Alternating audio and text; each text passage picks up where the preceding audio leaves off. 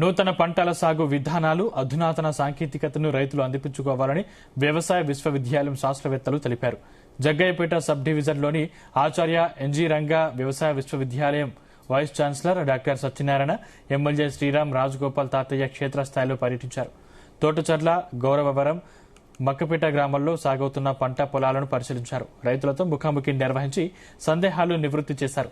El Niño ప్రభావంతో వర్షాభావ పరిస్థితుల్లో ఎలాంటి పంటలు సాగు చేయాలో వివరించారు.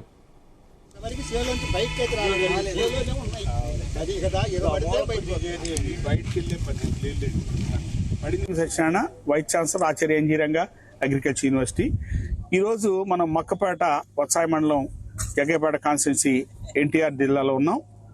మా వ్యవసాయ యూనివర్సిటీ అధికారులమి, అలాగే అగ్రికల్చర్ యూనివర్సిటీ ఇతర సంస్థలు ఎత్తుతున్నాయి, పరిశోధన స్థానాలు, కృషి విజ్ఞాన కేంద్రాలు, డాట్ సెంటర్ సైంటిస్టులు, అలాగే వ్యవసాయ శాఖ సంబంధించినటువంటి వివిధ అధికారులు, డిఈఓ గారు అందరము, అలాగే మన న్యాచురల్ ఫార్మింగ్ వీళ్ళందరూ కలిపి ఒక సంయుక్తంగా మనకి రైతు కోసం అన్నది ప్రోగ్రాం కింద మనం ఈరోజు ఏదైతే మీకోసం రైతు అన్న కార్యక్రమంలో రాష్ట్రం మొత్తం మీద నిన్నటి నుంచి కార్యక్రమాలు జరుగుతున్న నేపథ్యంలో మేము ఈ రోజు ఇక్కడ రావడం జరిగింది. ఇక్కడ ఏంటంటే సంప్రదాయానికి ఇది కొంచెం మెట్ట ప్రాంతము ఎక్కువగా ఉంది.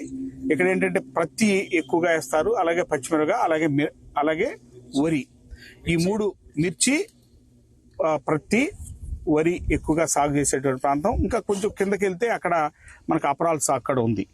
ఏదేమైనప్పటికీ మనకి ఈ సంవత్సరం ఎల్నినో ఏదైతే చెప్పామో మనం మార్చి నుంచి ప్రొడిక్షన్ చేస్తా ఉన్నాం. ఆ ప్రిడిక్షన్ చేసిన విధంగానే ఎల్నినో దెబ్బ చాలా ప్రాంతాలు దేశం మొత్తం మీద ఉంది.